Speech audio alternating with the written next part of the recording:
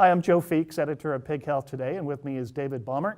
He is a technical service veterinarian at Zoetis, but you haven't been there that long. Before that, you were at Cargill. Yes, I was. I spent almost 12 years with Cargill, now JBS Live Pork. Now, at Cargill, I know that you were doing a lot of what is known as batch farrowing. Just before we get into that, just for the benefit of our viewers, please give us your definition of that. Sure. So I would define batch farrowing as a management process whereby instead of breeding a small segment of sows every week on an ongoing basis, we're going to go ahead and breed a relatively large percentage of the sow herd, say 20% of the sow herd, in a relatively short period of time. So we're going to take, for example, a month's worth of traditional breedings. We're going to breed all those sows within the first week of the month. Okay. And subsequently, we're going to farrow and then wean that same large group of sows in a very, very short time frame. Batch farrowing as opposed to ongoing, continuous breeding, weaning, and farrowing. So this creates more of an all-in, all-out situation for farrowing? What's the objective? So yes, it does create all-in, all-out within a farrowing group. We're trying to get to the same advantages that we recognize in grow finish, where we have all-in-out nurseries or all-in, all-out wean to finish. We're trying to capture that same technology in a farrowing situation. Rather than having small, medium, and large pigs scattered all the way down the farrowing hallway, we're trying to get all these pigs farrowed in a short period of time and then subsequently grown and then weaned all in the same period of time so that we actually have a gap between next month's pigs starting the next farrowing batch. And I would imagine that disease management is the primary goal if you're comparing it to all in, all out. Yes, it is. Yeah, disease management and the disease management will show up, the advantages of disease management will show up both in the farrowing room and also in the downstream flow of pigs, and we can go either way on those types of discussions. And it seems like it's a really sensible approach, but not many people are doing that in the industry. What's holding them back? Well, there's the question of applicability. The advantage of batch farrowing is to take what I would consider, if we look at a picture of a system, if you have a system built on a number of small farms, then traditionally a person would have to gather piglets from a number of those farms to fill a nursery in a reasonable period of time. That commingling those pigs creates health issues and stress among the pigs. If we reorganize that situation to where those relatively small independent farms would farrow large batches of pigs at a time, we can cut down the number of pigs going into a nursery. So in other words, we would put 2 or at most 3 groups of piglets in a nursery and fill it in a relatively short period of time. Not everyone does that because in some situations farms are established as rather large units. For example, a 5,000 sow unit. A 5,000 sow unit independently weaning pigs, even on a traditional weekly basis, can fill a rather large nursery all by itself. So for them, it doesn't really apply. But where we do have small farms that can cooperate and batch farrow, we can take advantage of these health advantages. And when you say small farms, define what you mean there. Sure. So a small farm that applies well to a batch farrowing situation will be a sow farm that has 700 to 1,000 sows. That type of a farm in a traditional system would only be weaning 200 to 300 pigs a week, not nearly enough to sufficiently fill a nursery in a tight time frame. If we take that same, say, 1,200 sow farm, and if we batch farrow, where they accumulate a month's worth of breedings all in 1 week, and subsequently a month's worth of weanings all in 1 week, that same 1,200 sow farm, as opposed to weaning 500 or 600 pigs, would wean 2,500 pigs. Wow. That's a convenient size to fill a nursery in short order. And of course, then the other farms within the system will fill nurseries other weeks, and in time we get back to where this 1,200 sow farm, it's their turn in the rotation, and they fill another whole nursery in short order. So the 1,000 head sow farms work very well. Yeah. So, and I can see the benefit to pig flow, but again, getting back to disease management, what benefits have you experienced with batch farrowing? So what I've seen, it actually starts in the farrowing crate itself. On a traditional farm, we typically have the situation where we are going to be weaning pigs out because it's wean day for a portion of the pigs on the farm. And as we move those pigs out, of course, we want to efficiently get those farrowing crates washed, cleaned, and disinfected before the next sows come in. Unfortunately, oftentimes we have a farrowing room where half or 2/3 of the pigs are eligible to wean this week, and in an effort to try and wash those crates, we have other pigs still on the farm. We're not able to do an efficient job.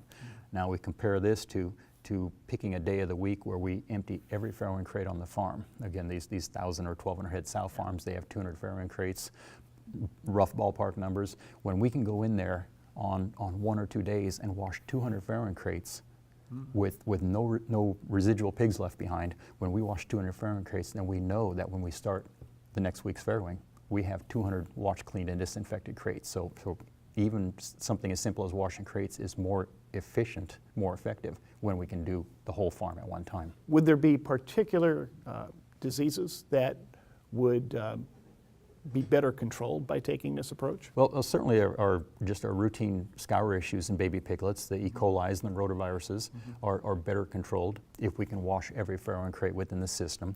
But we've also, I've had experience also seeing both disease control and elimination programs involving the respiratory diseases, the flu viruses, PRRS, PED, which is again an enteric disease. We've seen all of those diseases either better controlled or eliminated more quickly when we can get into a farm system where every 30 days we move every baby pig off the farm. Those breaks every 30 days, having that break in the population of naive piglets on the farm helps us, whether our goal is control or elimination. It helps in a number of both respiratory or enteric diseases. So it helps with flow, it helps with health status. What about the actual performance of the sows and the number of piglets that are born and the health of those piglets? Well, performance depends on how you count it. So it's kind of an accounting or a barn-specific counting method. There are farms that have what appears to be very good production records on paper, because when you are farrowing new piglets every day of the week, every week of the year, you have the opportunity to do things like early wean particular litters, gather sows out of farrowing crates maybe a day or two ahead of schedule so you can rebreed them more quickly. You have some flexibility. When you get into batch farrowing, the one most serious restriction is you have to stick to the schedule.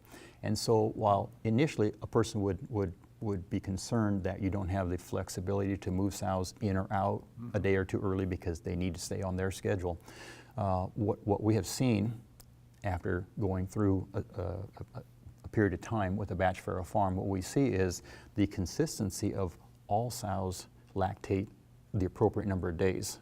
You don't have the opportunity to pull someone out early just to rebreed them for another group. Yeah. When you leave those sows in and everybody gets a full lactation, although it cuts down on the number of litters per sow per year, the litters they produce are actually better quality.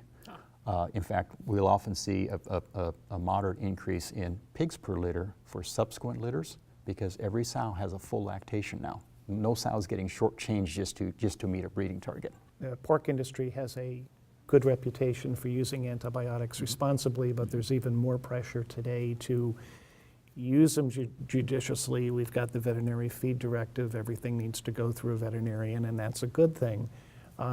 But as I'm hearing you describe this program, it seems like this could go a long way toward not eliminating antibiotic use, but certainly reducing the need. Certainly not eliminating, but reducing the need through maybe a more targeted application. There certainly may be a reduced need within a sow farm that's in a good batch farrowing program because they don't have carryover disease building up on the herd, because we do eliminate these piglet populations at the end of every month by moving them on to a nursery. In terms of more targeted, judicious application of antibiotic, I think we have the opportunity, if we can take a particular nursery and fill it with a large number of pigs from a limited number of sources.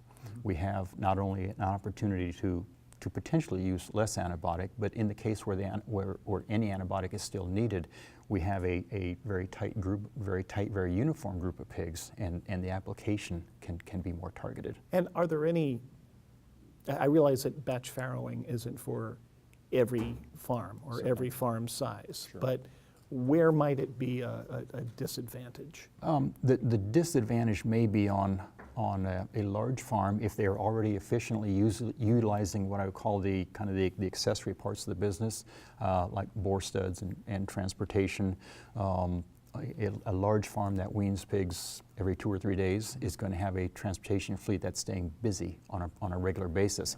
If that large fleet, or if that large sow farm were to independently say, I'm going to batch farrow, and all my wean pig transportation needs to take place on week 1, then they'll have a transportation fleet that's sitting idle weeks 2, 3, or 4. So in a large farm that's already taking advantage of moving large numbers of pigs into nurseries and filling them on a good tight schedule, then for them to go to batch farrowing, it probably does not apply, because they would have some inefficiencies in not utilizing their bore stud semen supply or their transportation the other weeks. But if we can put small farms together and arrange them appropriately, so you have a small farm that breeds on week 1, another one on week 2, another week 3, and week 4 before you go back and run this cycle over and over. Smaller farms is just much more applicable. Now, Cargill did a lot of the early work with batch farrowing. Yes. You said that you've seen some growth in it over the past 5 years. What's your forecast for the next 5 years? Are we going to see more producers go in this direction? I do think so. Again, on the farms where it's applicable, so not the 5,000 sow farms, but the 1,000 or the 1,200 head sow farms, I do think we'll see more batch farrowing, because we, from a simple sustainability nature, I think the health advantages that it provides is what's going to drive these small and intermediate sized sow farms to join in the batch farrowing process. Well, it seems like a sensible strategy and sustainable, as you mentioned as well. We've been talking to David Baumert. He is a technical service veterinarian for Zoetis. David, thanks again. You're very welcome.